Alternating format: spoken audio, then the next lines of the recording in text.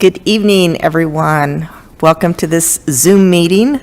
Hopefully everybody can hear me. This is June the 8th, and this is the Board of Health meeting. So I guess we should start out by doing a roll call. Do you want to start? Sure, I can do it. From District 1, Hunter Adams. I'm here. Hopefully you can hear me. Yes, I hear you fine. And then we have Kurt Manley, I believe is absent. District 5 is Nancy Monga. Okay, and then we have Dr.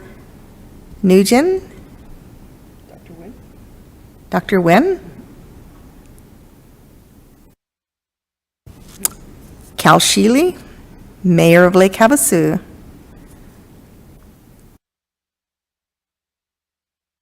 Okay. Marley Lucas. Here. Thank you. Sandra Thomas.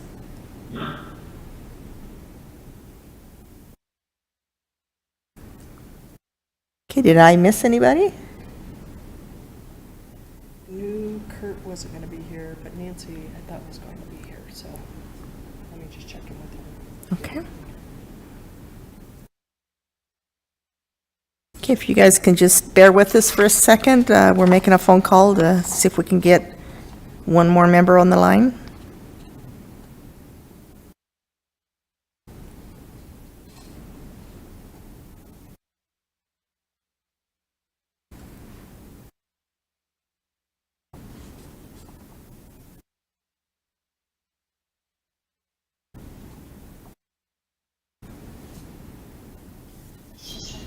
Mayor Sheedy just entered the room. Oh, cool.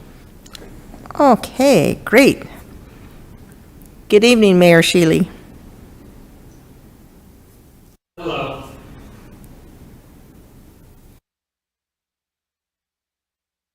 We're getting a rather slow start. We're trying to make sure we have all the members here on the meeting with us.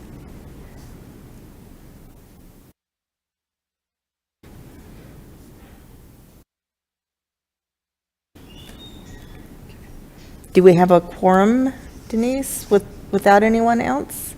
I think so, based on the members that we do have, so, because we have 1, 2, 3, and you're 4.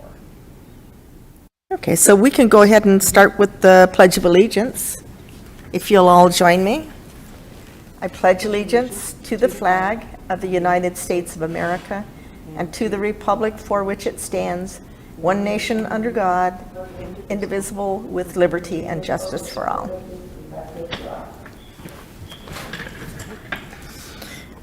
Okay, call to the public. I see no one in the audience, so apparently we can skip call to the public and go right into the business to come before the board today.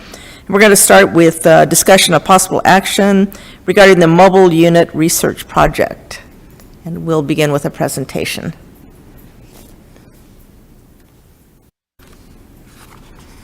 So this is going to be presented by Tara. Denise, how do you say Tara's last name? Stanek? Yes. Tara Stanek. She's a public health intern from Baylor University, a graduate candidate, Robbins College of Health and Human Sciences out of Waco, Texas. Tara, are you with us? Oh, there you are. I see you. Very, very nice to see you. I haven't met you, but I've appreciated your work and admired it very much. So I'll turn the meeting over to you to present to us. Thank you. Thank you. Thank you for that nice introduction. Bear with me just a moment while I get this shared. Okay.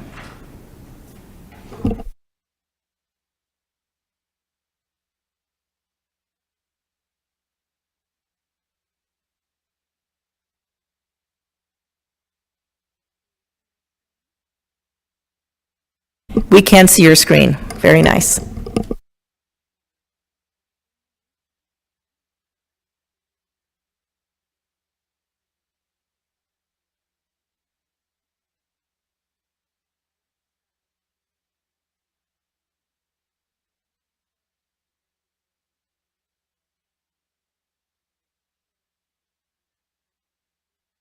this. I also want to recognize and thank Supervisor Bishop for her recognition of the health needs in the community and vision for the mobile health unit, and for putting forth the funds to make it a reality. A little bit about me and my academic journey. I completed my undergrad in sociology at Grand Canyon University while working with a nonprofit hospice organization, and with the intention of pursuing my master's degree in social work. My capstone project, however, was to create a community-based program to address health-related needs. And this is when I became passionate about community health and helping people on a grander scale. So a few months after graduating from GCU, I began the online MPH program at Baylor University in Texas. And I chose Baylor for a couple of reasons. First, because they offered a concentration in community health, and second, because their program is accredited with the Council on Education for Public Health. So my culminating graduate projects required that I complete 250 hours in a service learning experience with a health-related organization to demonstrate 5 core competencies, 3 in public health practice and 2 in the community health concentration. After my internship request was accepted and I met with the department, I was able to easily align these competencies with the requested work for a community assessment and evaluation plan. The competencies for the community assessment include designing a method to collect the community data, the completed assessment, and developing communication strategies, which was done by preparing recruitment and promotional materials. And the evaluation competencies were to select the methods and metrics for evaluation, design the tools and data for the data collection, and the evaluation plan itself. So the community assessment was conducted for the purpose of understanding the characteristics of each of the communities to identify how to maximize and target the services of the mobile health unit. The 2 areas of interest were community demographics and health, as well as hospital and emergency care utilization. The information I collected was from a combination of open source data platforms and a handful of key informant interviews with FQHC providers and other mobile health clinic service providers. I approached the assessment through the lens of the health belief model, which is a theoretical model that was developed in the 1950s for understanding health behaviors, but it's really just a common sense model that says our perceptions influence the decisions we make, and that includes health risk and health-seeking behaviors.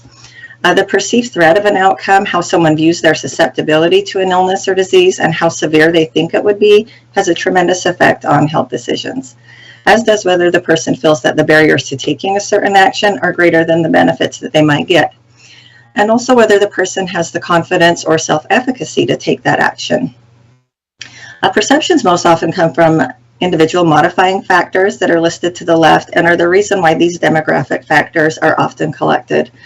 So while actions are derived primarily through perceptions, they can also be the direct result of cues to action or indirectly through altering perceptions. So the service activities of the mobile health unit can touch in each of these areas by increasing knowledge, providing cues to action, improving self-efficacy, and ultimately removing the real barriers of accessing care. So the assessment was conducted for 16 communities in districts 1 and 4. Overall, 6 communities had higher populations of children than the county average, as high as 50% in Colorado City, and 9 communities had higher populations of older adults, with nearly 60% in Meadview. In 8 communities, over 30% of households had an annual income of less than $25,000, below the federal poverty level for a family of 4. And in 12 communities, over 40% of households were led by a single adult. And this is important not only because they're more likely to be impoverished, but also more likely to be hospitalized for an illness and have a longer hospital stay. In looking at health and behaviors, in all 16 communities, they had higher rates of smoking and binge drinking than state averages. 5 had higher rates of obesity, but another 10 had obesity rates between 28 and 30%. 15 had higher rates of diabetes and hypertension, and half had higher rates of disability, which include the difficulty with ambulation, hearing and vision, cognition, and activities of daily living. So the data on healthcare access and utilization found that 6 communities had a high number of people who haven't sought care in the past 12 months due to cost, and 6 had a higher number of people without a usual source of care, both indicators that they're more likely to use emergency services.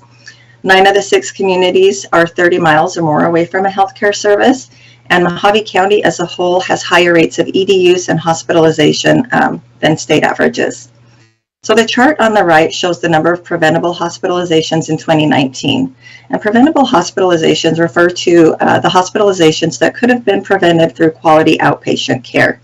In Mohave County, there were nearly 2,600 preventable hospitalizations, and almost 1,800 of these were for chronic illness or disease. So the information collected from this assessment and the related goals and objectives and the anticipated services that will be provided gave me the framework for the evaluation plan. So the purpose of the evaluation plan is to establish the methods and metrics for measuring program effectiveness and efficiency. And it's comprised of process, outcome, and impact evaluations. So a process evaluation tries to determine if a program has been implemented as it was designed, and it helps identify problems as they arise so adjustments can be made. The process evaluation has 4 components, and the first will measure fidelity to assure that the frequency and length of time spent in each community is sufficient to meet program goals and objectives. Delivery will quantify the number of people receiving preventative services. Satisfaction serves as an indicator to whether the patient is likely to comply and persist with health recommendations. And reach will determine the proportion of people being served in each community and how many of these are from vulnerable populations such as children, older adults, and lower income individuals. An outcome evaluation looks at the proximal or short-term effects that have occurred and is generally conducted after the first or second year. The first component is healthcare access, and we'll measure first whether preventative screenings, treatments, and vaccinations have increased, and second, whether perceived access to healthcare and related services is increasing. Health literacy and efficacy is it's somewhat of a subjective measurement, but will help assess whether patient health education and counseling has increased confidence in managing health conditions. And the related, more objective component to this is health management, which will measure whether services have helped reduce the number of uncontrolled chronic conditions using biometric data. So impact evaluation is going to look at the distal long-term effects at the higher population level. And this also has 3 components, with the first being emergency healthcare utilization, which will help determine if the mobile health services have helped decrease the number of emergency healthcare visits. The second is quality adjusted life years, which will establish if the quality and length of life in Mohave has increased. It's also a necessary measurement to calculate the return on investment, which is the next component, and demonstrates the effectiveness, efficiency, and sustainability of the mobile health unit. So overall, the community assessment will help inform the services, strategies, and priorities of the mobile health unit, as well as provide baseline measurements for evaluation purposes. And the evaluation plan, though a living document, will help map evaluation processes and purposes and provide the tools for data collection and reporting. So I've been asked to speak a little bit about my growth and learning in this experience, and this experience has really given me a tremendous opportunity to grow both professionally and personally. In addition to all I've learned about my neighboring communities and the field of public health, the greatest growth has been in learning how to adapt my academic knowledge to real-world practice. So most of what we learn in the program are methods and processes under a best-case scenario where resources are unlimited. Which doesn't necessarily translate well under real-world circumstances.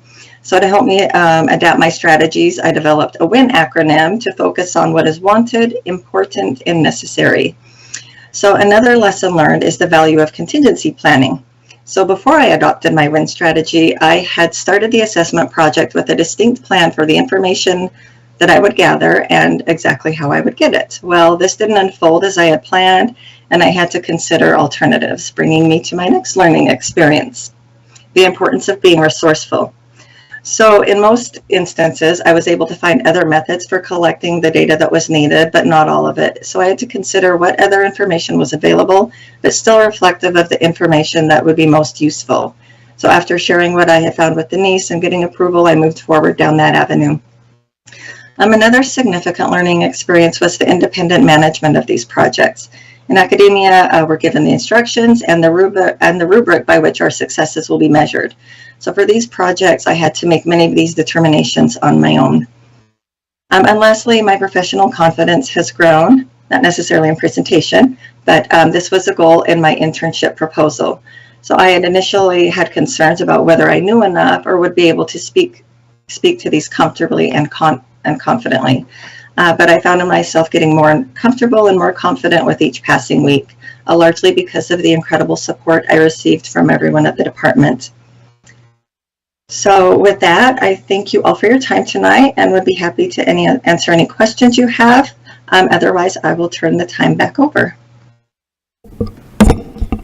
Okay, thank you for your presentation, Tara, and you did it with great confidence. So I think you've accomplished building your confidence with this project, and it certainly is going to help Mohave County and help with the my constituents understanding the value of the new health and wellness van that hopefully will be in this county come November. That's the date that we're targeting, and I think that will be a really good way to start out the next year, November and December, to kind of get accustomed to it, get everything lined out. And so, Tara, did you visit any of these communities in your studies and gathering information? You know, I did not. I would have liked to. Time did not permit, though.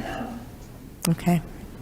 All right. Well, maybe someday you can do that when you have more time. I know college is very challenging and time-consuming. So, all right. Anyone on the line have any questions for Tara? Not in the way of a question, but I really enjoy the community assessment piece. I think for Mohave County's ability to write grants and meet a few of these needs, I just thought it was put together perfectly. The one question that I kind of did have is most of this information based on the interviews that you conducted, Tara, or is it census data, or I guess what, can you just explain where your data sources were to come up with this fantastic data? Yes, it was really just a combination of a lot of different things. So the key informant interviews, I think, were the most valuable part, just because they help explain the quantitative data. But I retrieved information from the HRSA website, also from CMS, and from the Arizona Department of Health. We had considered early on maybe doing like focus groups or sending surveys and collecting that data, but because the community health assessment had just been conducted for the county, but the results weren't released yet, we felt that might be a little bit awkward. So we didn't go down that avenue. Thank you so much. Okay. And Denise? we can actually make that report available to you. We have an electronic version, and we'd be happy to do that for all of you, as well as Tara's evaluation plan. If I may add one more thing, I will, in the first week of August, have an electronic portfolio up and running, and those will be linked as well. Great, thanks, Tara. I forgot about that, but yeah, that's great. Okay, anyone else before we bid Ms. Tara a good evening?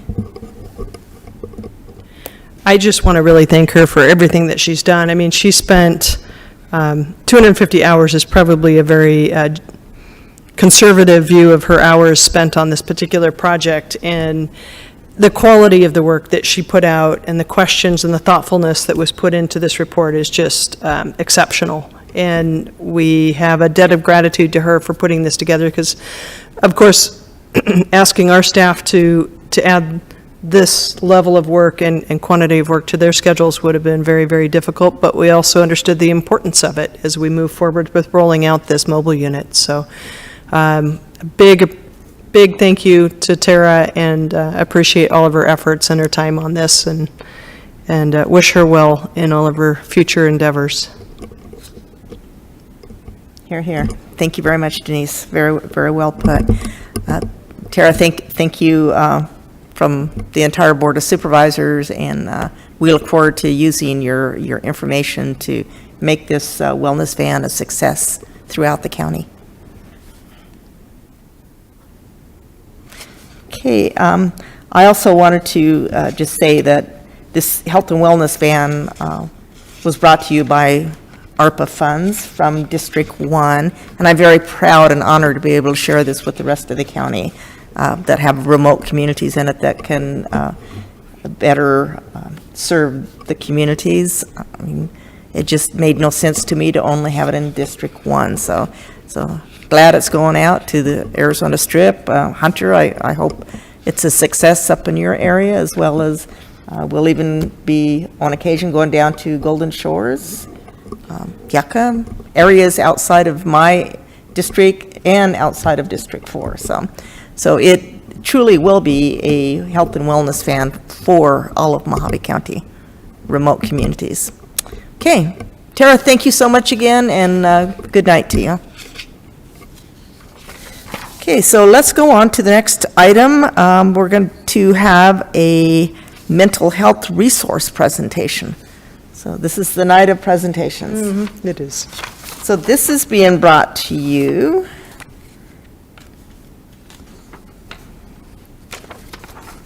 from the MHRT Mental Health Resource Team.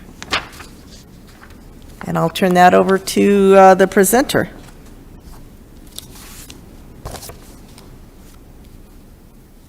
Do we know who's presenting? It's Barbara. Okay. Yes. Barbara. Hi. We can hear you, Barbara. Hi. Okay, great. Thank you. Hi, I'm Barbara Kromchuk. Give me 1 second. I'll share my screen.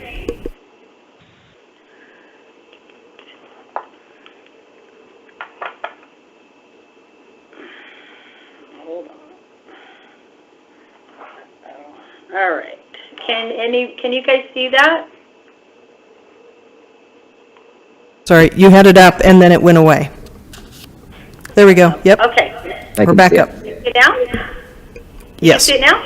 We can. Sorry. Okay. I think sorry. Okay. Here we go. Okay, I'm ready. Thank you. Sorry for the technical difficulties. Good evening. My name is Barbara Kromchak. I'm the Special Programs Analyst for Mohave County. Today I'm going to talk to you about the Mental Health Resource Team in Mohave County. It started out about 9 years ago, and so I'm going to go ahead and talk about how it was created and what we're doing nowadays. The Mental Health Resource Team was created from the Community Health Assessment that was done back in 2009. It took us several years, but in 2013 we created the Mental Health Resource Team with Mohave County Department of Public Health and the Kingman Regional Medical Center in partnership with them. We started with about a dozen people, possibly in 2013. Today we have over 110 members who come from all walks of life, such as police officers, social workers, community educators, mental health professionals, and community volunteers, just to name a few. Members are from many organizations, and the list continues to grow. The MHRTs recently met. We are actually trying to come up with a new mission and vision statement and to create a coalition logo. In the future, we'll also be creating a Facebook page and Twitter account for the coalition to use. We feel this will give us a lot more visibility and give us a place to send people to look for resources. We also would like to pursue becoming a 501c3 nonprofit organization, which would help us to apply for grants and maybe bridge some of those gaps that we see in the community. So that is something that we're working on for the future.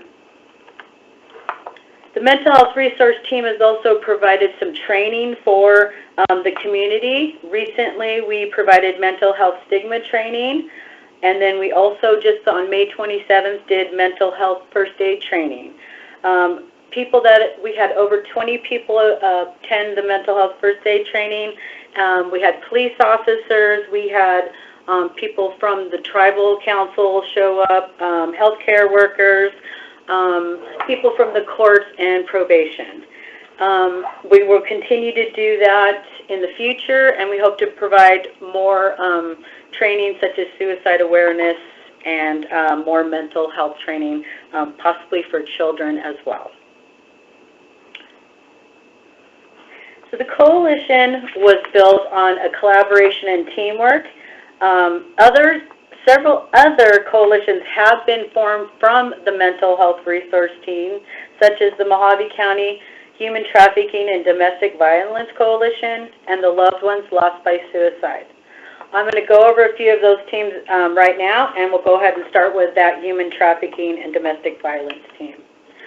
This coalition is run by the folks at AZYP, which is the AZ Youth Partnership, and they recently conducted Red Light Rebellion program. The Red Light Rebellion is a group of college-age students who tour Arizona, and they give presentations about human trafficking. They educate law enforcement, school personnel, churches, and students. They help people recognize the signs of human trafficking and give lots of good resources. They did 11 presentations over a 3-day period in May, and they continue to do. They will continue to bring that group in as they can, hopefully in the fall, to do another series of presentations. Also trained during those Red Light Rebellion trainings were law enforcement, domestic violence advocates, public health employees, and lived experience experts, people who were actually survivors of human trafficking and domestic violence. The LOST group is a group of, this group is called LOST. It's Loved Ones Stolen by Suicide. And according to the LOST group, 50% of the people who lose a loved one to suicide tried to commit suicide themselves within 6 months of losing their loved one.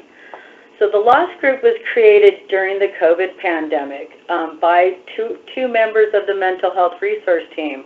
They felt there wasn't enough resources for somebody who had lost somebody to suicide, and that we have a high rate of suicide in Mohave County. So these two ladies met on their own time on Sundays for about 7 weeks, and they got together with a mission statement, they got a vision statement, and they hold meetings in Kingman every Sunday afternoon. And then they also have reached out to the folks in Bullhead City and Lake Havasu who do a suicide support group as well. And these groups have agreed to share each other's meetings and calendars, and that collaboration is there between those groups as well. The NSTEP group, this was actually created before the Mental Health Resource Team in 2007, but this group routinely partners with the Mental Health Resource Team, and we collaborate. A lot of our members in the Mental Health Resource Team belong to MSTEP and vice versa. This group is telling us that current indicators suggest the problem has become significantly worse as far as substance abuse goes, and they are seeking to break this unhealthy and heartbreaking trend by facilitating drug and alcohol education opportunities. They are encouraging substance abuse prevention programs and development of high-quality treatment programs. This group actually just met last month to come up with their goals to become a drug-free community, and so we're working with that team as well. And that's run by the ex-police chief, Robert DeVries, and Dr. Knievel over at KRMC. The MAPT group is a coalition that runs out of Bullhead City, and they focus their efforts on prevention treatment through collaborating among community partners. The MAPT team has hosted teen chat night for underage drinking prevention, candlelight vigils in December for people who couldn't mourn the loss of people they lost during COVID. This was a chance in December to do that. They host the Walk Away for Drugs, and they partner with the Bullhead City Police, AZ Youth Partnership, the the fire department, and many more organizations in Bullhead City. So this group is very prominent in Bullhead City. This last slide, this last group I was going to talk about is the Mohave County Street Team. This street team is very recently formed, and I'm not going to spend a whole lot of time talking about it because your next presenter is going to speak about the street team. She and a group of other folks had created a street team, and they've done a wonderful job getting out into the public, and they've held about 5 or 6 events already and getting a lot of response. So I'll go ahead and skip these slides so that Danielle can go ahead and present that to you. Don't want to steal her thunder because she certainly deserves the credit. And that's it. So do we have any questions? Okay, does anybody have any questions for Barbara? I have one. This is Hunter. Is there any flyer or anything we can distribute to community members we think might be interested in receiving education or joining these coalitions and kind of learning about resources? I'm thinking of someone who may have lost someone to suicide and just needs, that extra education or the extra support. Is there a flyer or any other education we can kind of distribute to our communities?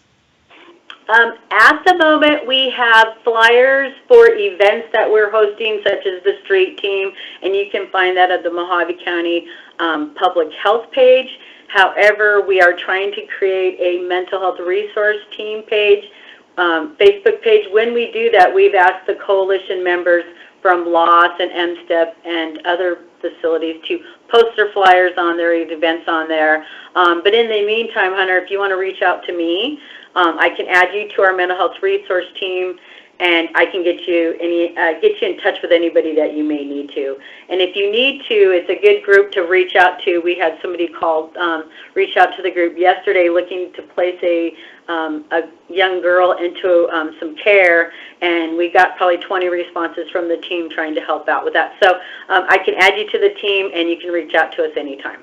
That sounds excellent. Thank you so much. Oh, you're welcome. Any other questions? Any other questions? Denise, did you want to add anything? No, I think, the team that's come together here has been a very important resource in the community, and they continue to drive forward with looking at bringing more people into the fold of this work, knowing that how important it is, and I think it's going to be more so in the future. We know mental health in our community is, it's a real issue, as we know, and I think we want to try to do what we can, where we can, and with the funding that's available to address those issues. And we're just one piece of the cog, as you know, we work with many other community partners, many of which are participating on the MHRT, and that's really critical to the success, because I think that kind of collaboration, as you know, goes much further than working independently. Okay, Denise, can you tell the group how we're processing all the different resources? Are we close to getting a handout that we can provide once we get this health and wellness van on the road in November? I mean, hopefully, I know it's ever changing, and that's been the problem with putting one together in the past. The information is very fluid. So if you're referring to a resource guide, actually Barbara can probably speak to that as well. We do have a link to one on our webpage, and this was a huge effort to put this together, as you can imagine, to try to put all of these resources in one location, electronically and searchable. So Barbara, could you provide some more information, or Melissa, on that project? Oh, I certainly can. This is Barbara. Yeah, I worked with IT, and they were really gracious enough to take that resource guide, put it onto our website, but there's also an interactive map that you can click on, and you can download a PDF. So there's a PDF that you can download and share with folks, but there's also an interactive map that you can put in. You're looking for food, it'll give you all the food in a certain location. So if you go to the Mohave County website, to Public Health, on the left-hand side there's a resource guide. If you go to that, it'll take you to the web page with the map, and in the right-hand corner there's a PDF. that you can download and share with folks. So, yeah, it was a real great effort, and I want to thank IT for their help with the map.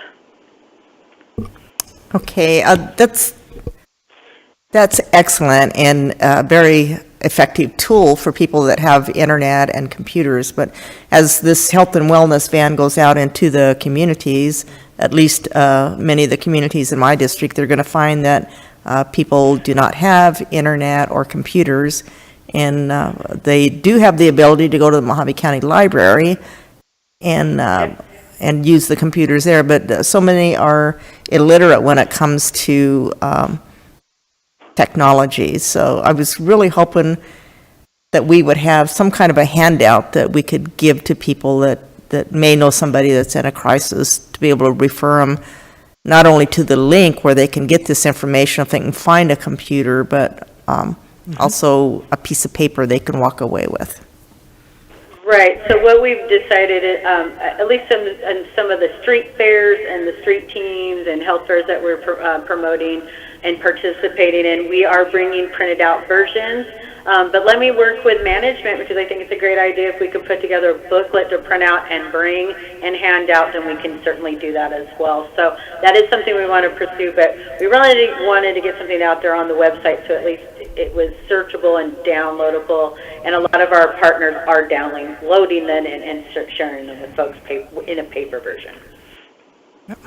Okay, maybe we can put something together on a brochure type handout, or even a postcard that would refer them to the main resources, and then a link to the website on the health department page.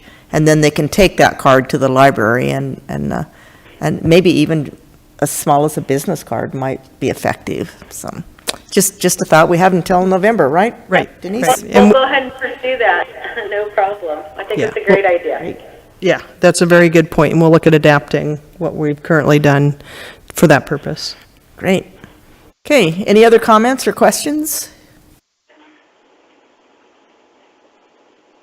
Okay, we'll go on to the next item then. This is the discussion of possible action for the street team presentation by Danielle.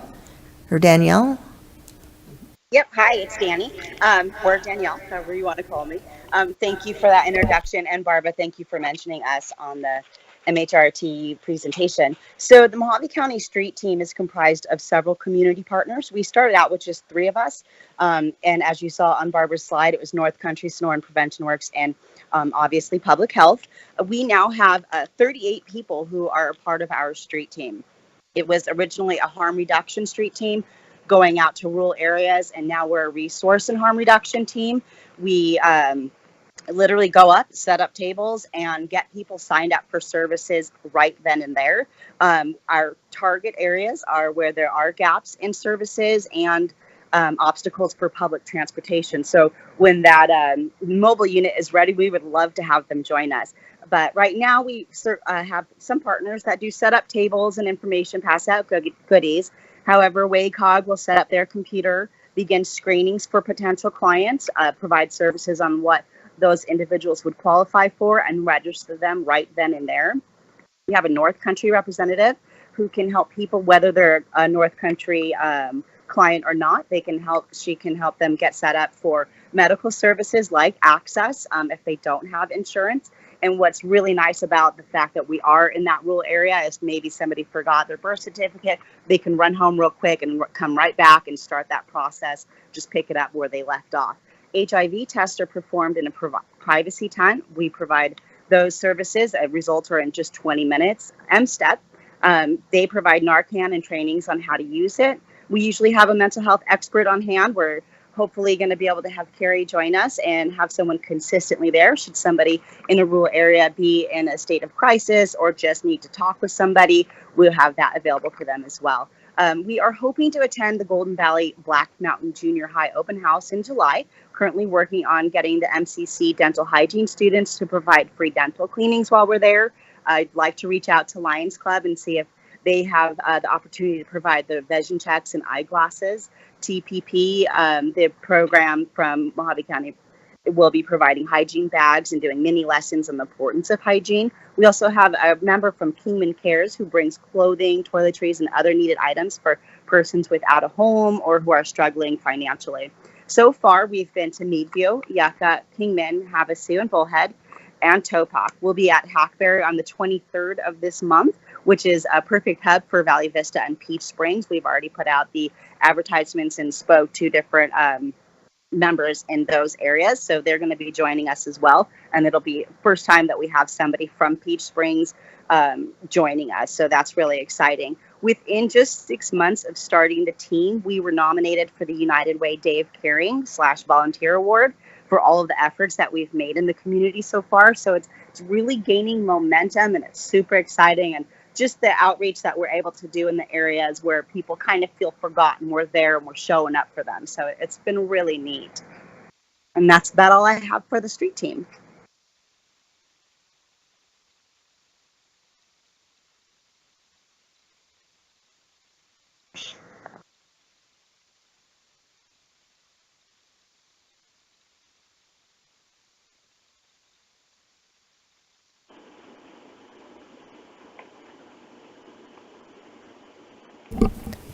Sorry, I had my mic turned off. We're now going to the Communicable Disease Report by Anna. I think I spent too much time in the sun today. Hello. Hi, Anna. Hello. So I think you have a handout for the Communicable Disease Report as usual. Yes. And I'm happy to say that for the third time in a row, we don't have anything really significant to point out there in terms of trends, or I should say anything unusual to report there. Still plenty of COVID coming through. And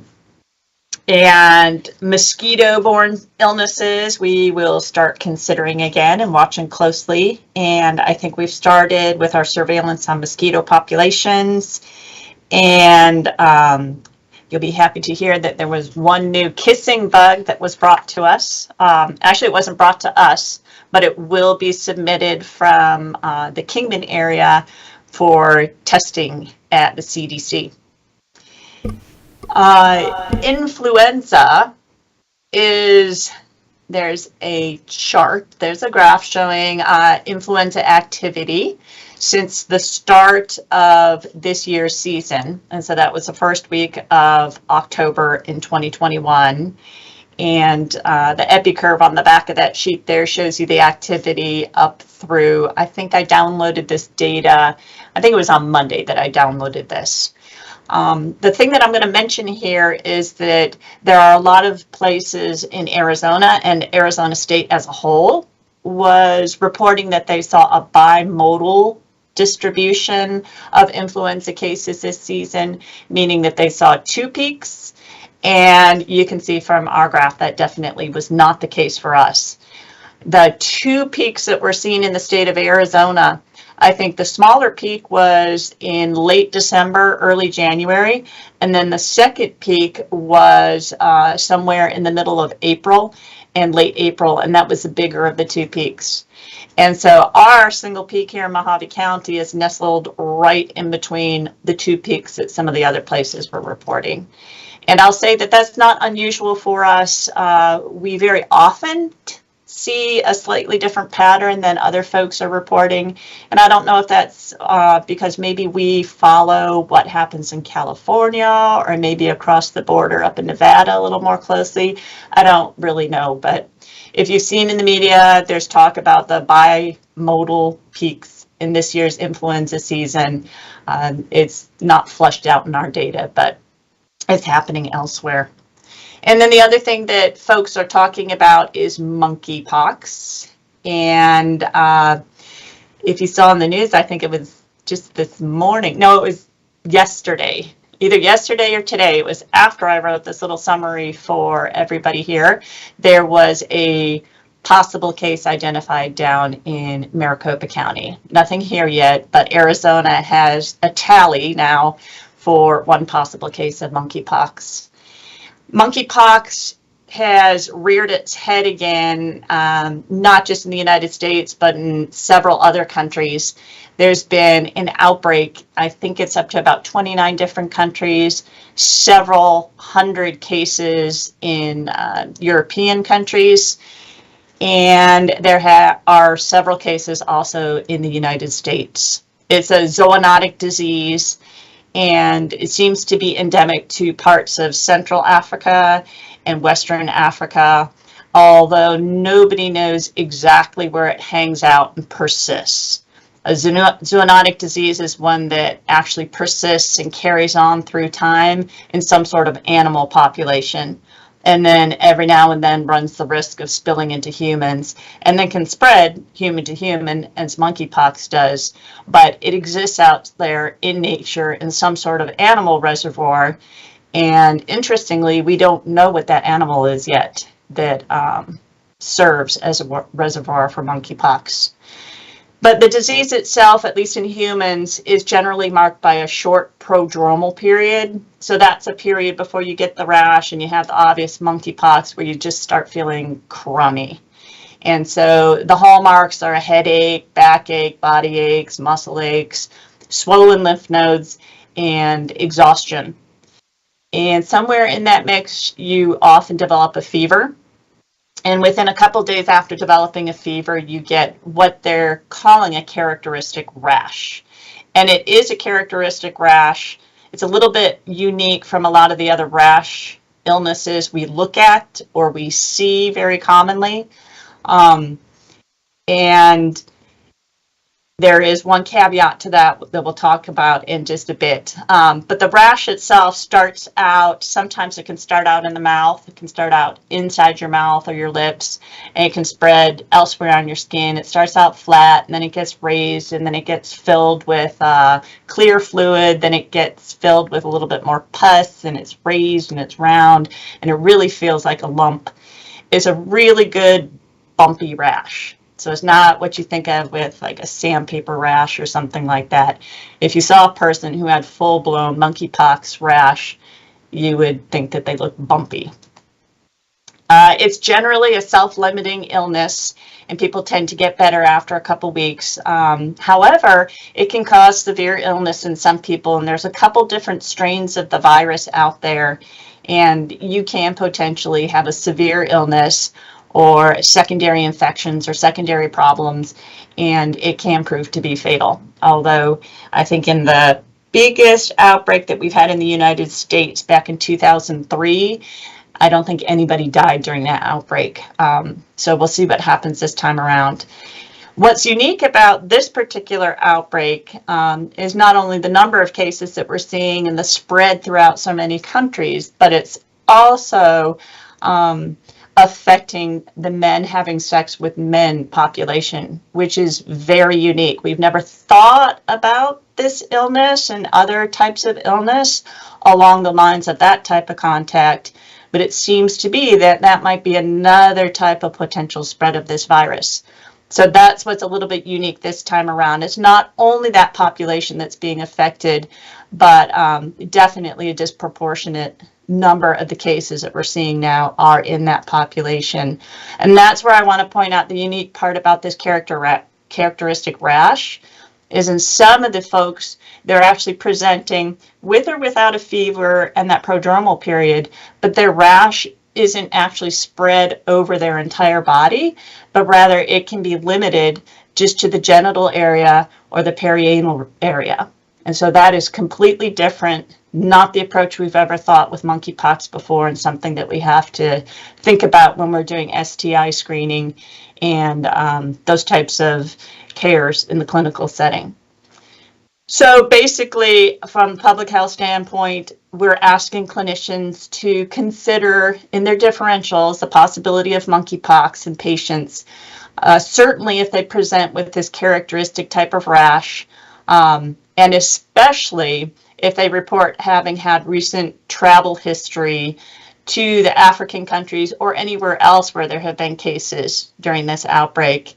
And certainly if they report they've had contact with a person who's had a rash like they are presenting with, or if the other person, their contact, was told that they had monkeypox.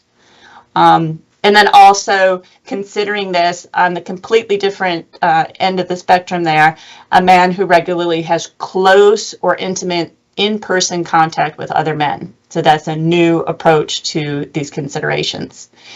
And should we get some cases identified here in Mohave County, the Public Health Department is going to be active in assisting with getting the proper lab testing done at the state public health laboratory. And we'll also have to do contact tracing and interviewing of the cases and their contacts, and also some monitoring of the contacts to see if they turn symptomatic and those types of things. So monkeypox is in the news. We haven't had it here yet in Mohave County. I don't know why we would be special, and I think at some point we might possibly get a case that pops up, but we'll see. And that's all I had to report. Anna, can you explain the difference in the rash and the symptoms between monkeypox and shingles? Yeah, so first off, the shingles virus, the varicella virus that causes chickenpox, they're completely different genera. They're completely different on the evolutionary tree. And what you get with the monkeypox really looks like big, round, perfectly circular lumps and bumps. And it progresses through a number of stages. And that is not necessarily what you get with chickenpox. And when you have a rash that appears with monkeypox, the bumps and the lumps and the rash tends to progress at the same stage. So if you're at the stage where they're pus-filled, they're all going to be pus-filled. If you're at the stage where they're scabbing, they're all going to start scabbing in the same area at the same time. With things like chickenpox, you can have many different bumps and lumps at different stages. So some of them will be scabbing, but some of them will be newer, and it looks a little bit different. And the shingles virus, it looks quite different. I don't know a whole lot about how to describe the shingles virus, but it doesn't progress in the same manner, and it doesn't go through all these different stages. Yeah. Do either one of them have a lot of itching? So monkeypox is actually more painful. Those lumps and bumps, they're pretty deep-seated, and they're more painful is what it's described. But once they start scabbing up, then they'll itch a little bit. The pain is more along the actual bumps and lumps of the rash with monkeypox, whereas with shingles, since it's the nerves that are involved, it's a different type of pain. It's more like a searing, burning pain in a large area of the skin, rather than just the bumps and lumps themselves. Okay, thank you. And then in this part of the county, I still hear a lot of complaints about valley fever being prominent in this area, and folks are really concerned about the dust that's been really very bad in the last few months. Supposedly the farms out on North Stockton Hill Road are attributing to part of that dust, but it's also the roads and the cattle and, just blowing off from the dry Red Lake bed. But I see in your handout that valley fever cases in this area are not being seen. So I just wanted to make sure that I shared that information with you, because folks are thinking that it's a prominent disease in this area. This first quarter of 2022, we did have 24 cases of valley fever that were identified. That's about half as much as was seen in the previous 2 years.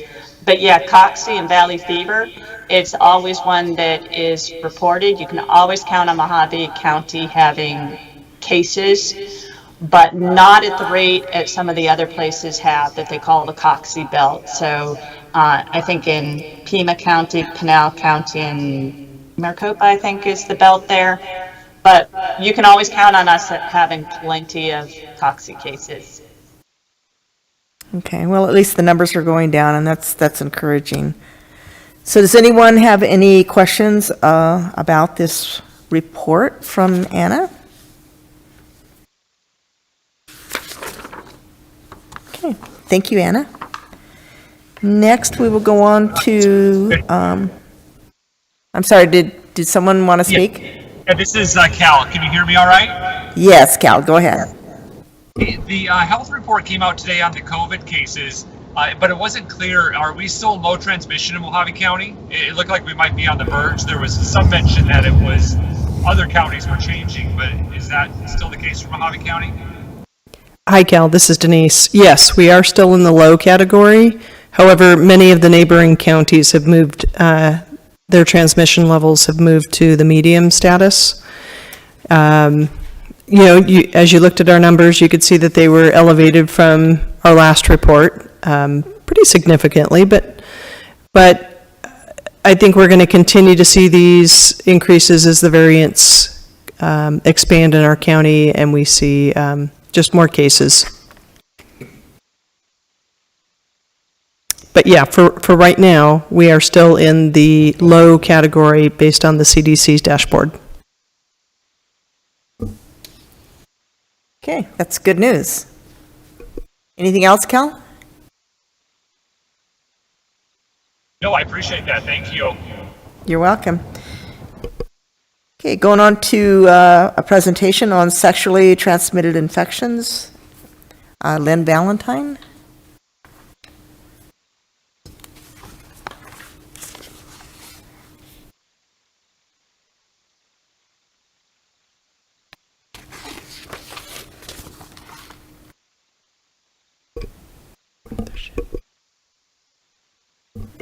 Okay, Lynn, we can see you, but we can't hear you yet. You're muted.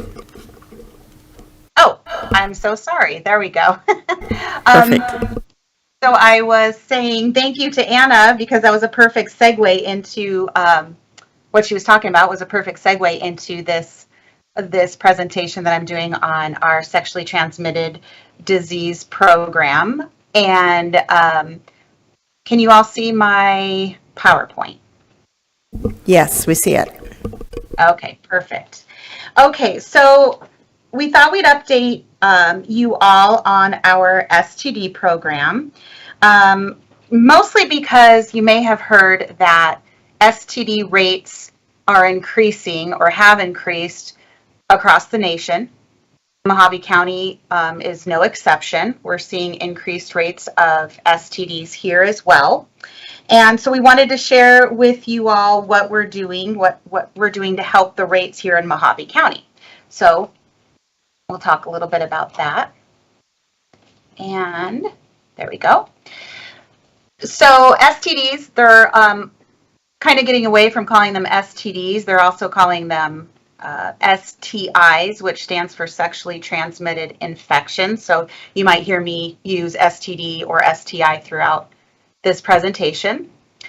We here in the health department offer our STD program services usually within our family planning program services. So when we have our family planning clinics once a week at our sites, then usually that's when we do all of our STD testing and screenings and treatment and whatnot. And those services include, just as I was mentioning, STD screening, testing, treatment, partner services, and if necessary, linkage to care. The program really, what we want to focus on certain populations that are at higher risk or more susceptible, and that includes youth, and that's typically, when we say youth, we're talking about 16 years old through 24 years old. Men who have sex with men, also referred to as MSM, and then women of childbearing age. Of course, we want to make sure that we are screening and treating anybody of any age, of any group, but these are really our higher risk populations. So that's where we really we target our efforts. We also conduct STD investigations. That's what our nurses do, among many other things that they do. Unfortunately, we get so many reports of chlamydia and gonorrhea, we cannot investigate each and every one. And frankly, oftentimes they don't really require investigation because they're being treated appropriately by the provider. Sometimes we might reach out to one or a provider when we see that perhaps the provider erroneously prescribed the incorrect medication for that specific infection. But typically we don't. We really focus on syphilis. And with syphilis, we prioritize pregnant females, congenital cases, so babies with syphilis, and then females who are younger than 45 years old. So that's, typically childbearing age. So I'm going to share with you all some data for Mohave County, and this is all taken from the annual report from ADHS. Each year they put out a STD program update. And yes, it's from 2019, which is, a couple years old, obviously a few years old, and that's usually typical for data. But we'll go over some of those figures and then we'll come back around to some more recent figures. Here's just an infographic that shows chlamydia, gonorrhea, and syphilis. Those are kind of the big three. Those are kind of the ones that we focus on. Of course, there are other STDs, but these are the big three. And you can see here, chlamydia is in green, gonorrhea is in blue, and the syphilis is in red. And the darker shades indicate a higher rate. So you can see there that most of ours are some of the lighter shades. This is again in 2019. That could change. We don't want it to, but it could change. So here's chlamydia. Once again, 2019, and down by the red arrow, I pointed out Mohave's rate, which was 249 cases. Chlamydia is the most common STD. We do see most of the cases in females, and in fact, in 2019, 65% of the cases in Arizona were in females. And again, it's typically in that younger age range. Here is gonorrhea. We had 97 cases in 2019. And you can see, if you look, the 97 cases is in a blue circle, and then the gray circle indicates where the cases were the previous year, so 2018. So you could see where we moved up a little. There were more cases in 2019 than in 2018.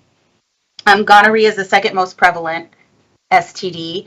Of course, it can be in males and females, but it typically has higher rates in males. And then we have syphilis. Arizona, all of Arizona right now, and has been considered to be in a syphilis outbreak. I believe there has been over a 300%, well over a 300% increase in syphilis cases since 2015. Mohave County, you can see here, we had 8 cases in 2019. That doesn't seem like a lot, but if you notice, that's more than what we had in 2018. In 2018, we had 5 cases. In 2017, we had 3 cases.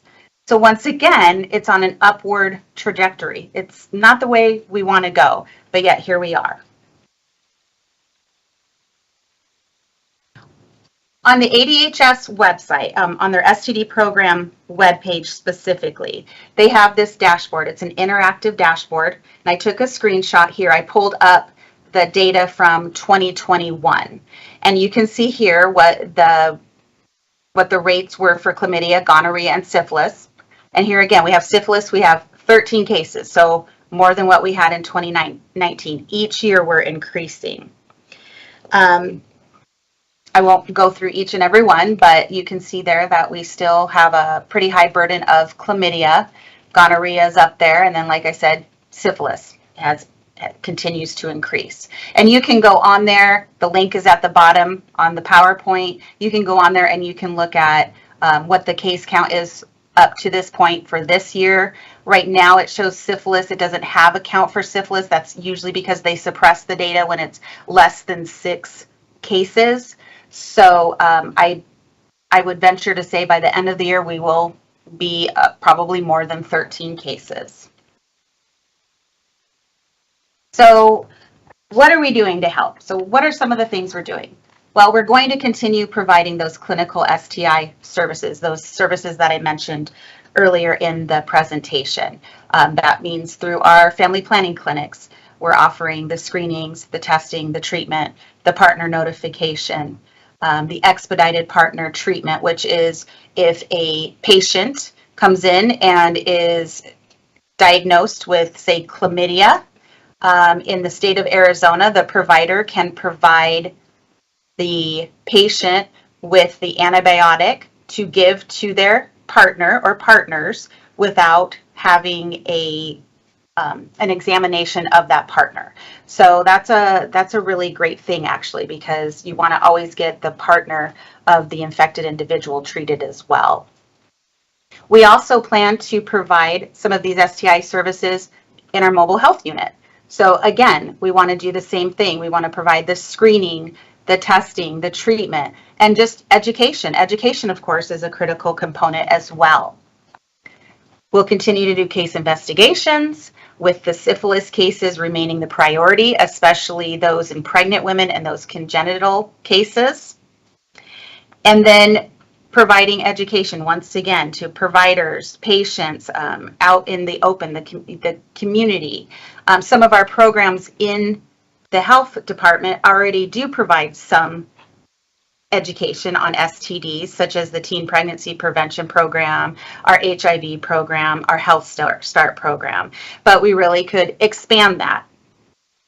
And then finally, really what we wanted to share with you that we're excited about is that we're currently working with ADHS to procure additional funding to hire a CDI, or a communicable disease investigator, who will specialize in STIs. So their primary role would be to really hit those case investigations, because once again, our nurses are doing the case investigations right now. This person, that's going to be one of their main roles, is these case investigations.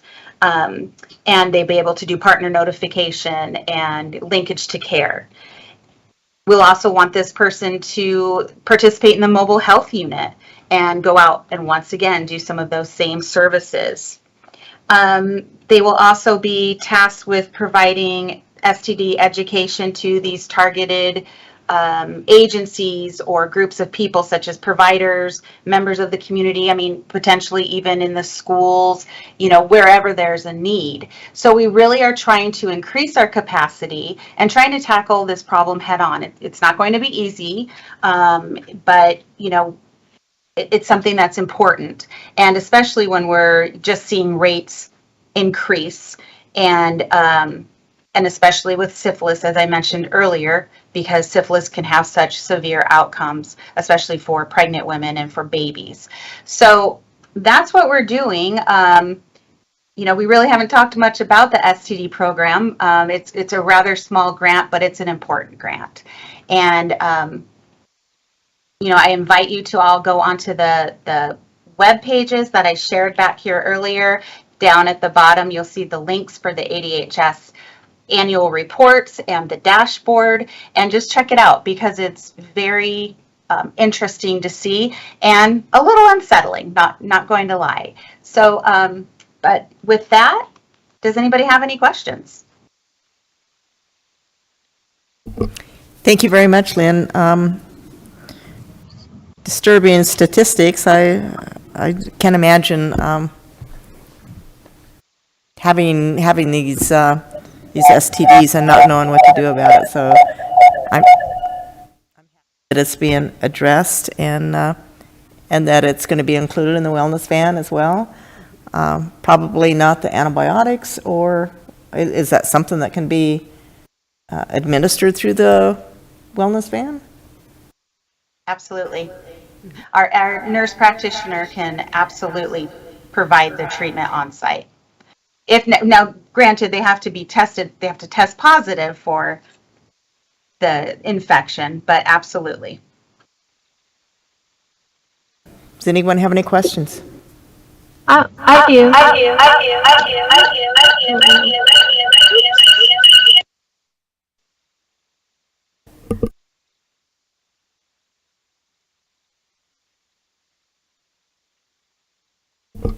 So there was a little bit of echoing. Sorry, we're having technical problems with the mics. Carrie's in my office to ask the question now. Okay, go ahead. Hi, Lynn. It's Carrie.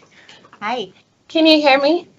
Yeah, we can hear you. Okay, I just have two questions. The first one is I was wondering if you have higher female statistics with STIs because more females get tested. And the second question is, do you have any prevalence of the non-childbearing years getting more STIs because they're no longer concerned about getting pregnant, so they're no longer using protection? Those are really great questions. And regarding the first question, so females, it could definitely be that they are seeking services more than males. That's just, what I would guess. I can't verify that. That's, don't take that for what it's worth. But also, younger females are actually can be more susceptible biologically to STIs. It has to do with their anatomy, and they can actually be more susceptible. So we do see higher rates of chlamydia in females, but that definitely would lend itself the biological susceptibility to the higher rates. I mean, that's part of it. As far as the older population, I don't know. I'm not sure. I think that's a great question, but I would definitely have to look up and see if there's any research that would support that. Okay, thank you for that. Thank you. Anyone else?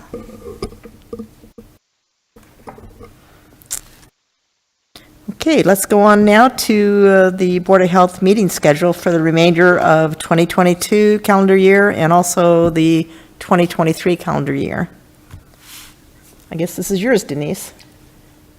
There we go. So typically, we've conducted our meetings quarterly and on the second Wednesday of the month, and gone from 5:30 to 7. So this is completely at the discretion of the Board of Health as to when they would like to conduct their meetings. And so we just want to reach out and make sure that we have these scheduled for the remainder of this year and moving into 2023.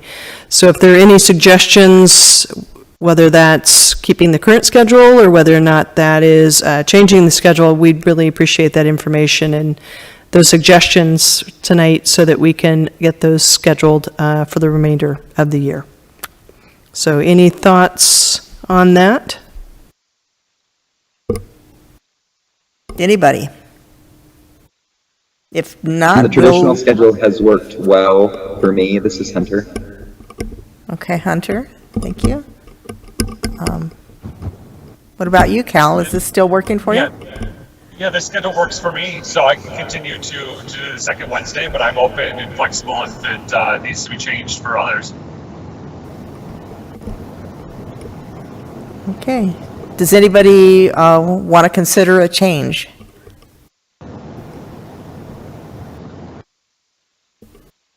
Okay, I guess we'll leave it as it is. So that would make our next meeting, June, July, August, September 14th would be the next meeting. Okay. September 14th at 5:30. We've also been rotating. This particular meeting, we had a number of individuals Board of Health members particularly, that wanted to participate virtually due to schedules and distance. And I guess that's another question moving forward. Do you want to continue to have a virtual or a hybrid setting where you can participate virtually, or do you want to try to move to all in person, or how would you like to proceed with that?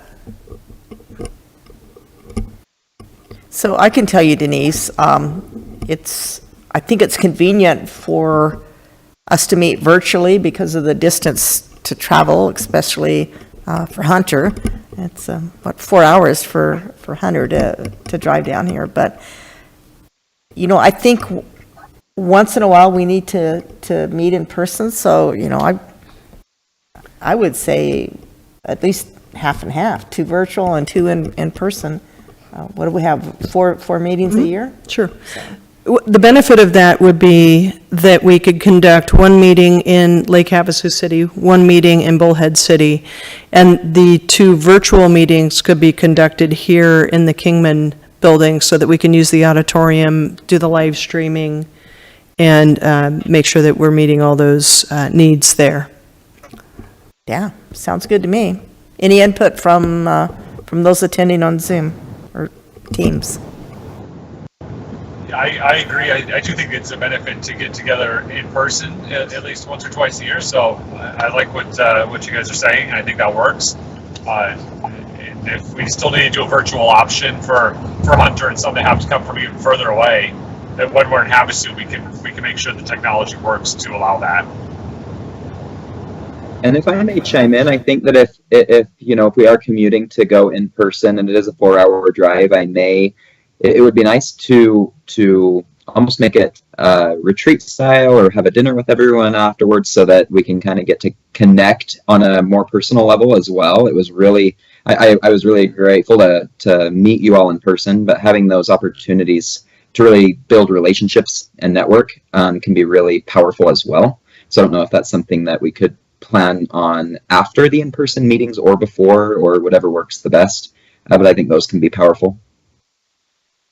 Great suggestion there, Hunter. So we can certainly look into that. For the September meeting then, since we've done this one virtual or hybrid, do you want to try to make that the first one in person, and then we can conduct that in Lake Havasu? And Cal, we probably need a little bit of help from your staff there, if you don't mind, in getting that coordinated if that room is available. Yeah, absolutely. Yeah, we can do that. Okay. All right, so that'll be the plan then moving forward, is for that September meeting to be in person in Lake Havasu City, and we'll work with Cal staff to secure the location at the council chambers, their city council chambers. And then we'll work with staff here to try to coordinate some dinner plans before or after the meeting so that we can have that kind of collaboration time. Sounds great. Okay, I'll now ask for a motion for the approval of the March 2022 meeting minutes. So moved. Okay, we have a second. This is Hunter. I'll second. Thank you, Hunter. We have a motion to second. All those in favor signify by saying aye. Aye. Aye. Anyone opposed? Motion passes. Okay, what about the agenda for the next meeting? Any ideas anyone would like to have placed on the agenda for the September meeting in Lake Havasu?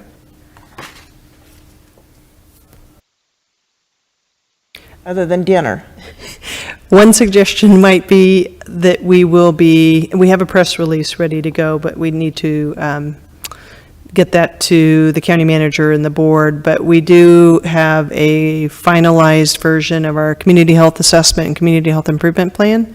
So those might be 2 documents that we can send out prior to the meeting, of course, or you'll be given links to those documents on our webpage. And if you want to have a discussion about the content or any questions, concerns, talk about how we're addressing some of those issues and maybe some strategies moving forward, we can certainly have that kind of conversation and discussion.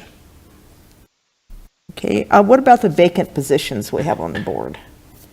Yes, we need to address those as well. We have 2 that are board selections, board approved, and one that is a community citizen at large member. So we do need to address those. So if you have some interest, we were looking at the map basically, and the individuals that we have currently on the board, and where we think we probably need an additional person would be in Lake Havasu City. So Cal, if you have some thoughts on somebody who might be interested in being on the board there as that citizen at large member, that would be helpful.